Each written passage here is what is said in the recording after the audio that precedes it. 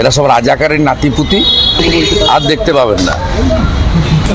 বাংলাদেশ যে মিডিয়া দেখা যাচ্ছে বরাবর পাকিস্তানের পক্ষে কথা বলছে, আর দেখতে পাবেন না। আমি আজকে আইবি মিনিস্টার অশ্বিনী বৈষ্ণবজিকে লিখেছিলাম। আমি ভার্বেলি জেনেছি, অফিসিয়ালি এখনো পাইনি। ভারত সরকার ব্যবস্থা নিচ্ছে। আমি একাধিক পোর্টাল, নিউজ চ্যানেল, ইউটিউবের সমস্ত ফেক, ফলস, অ্যান্টি ইন্ডিয়ান যে প্রোপাগান্ডা প্রো পাকিস্তানি পাঠিয়েছে। এরা সব রাজাকারের নাতিপুতি।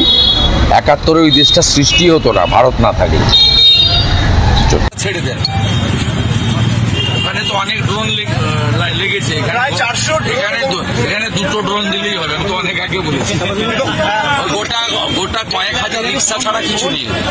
এবং তুর্কি না না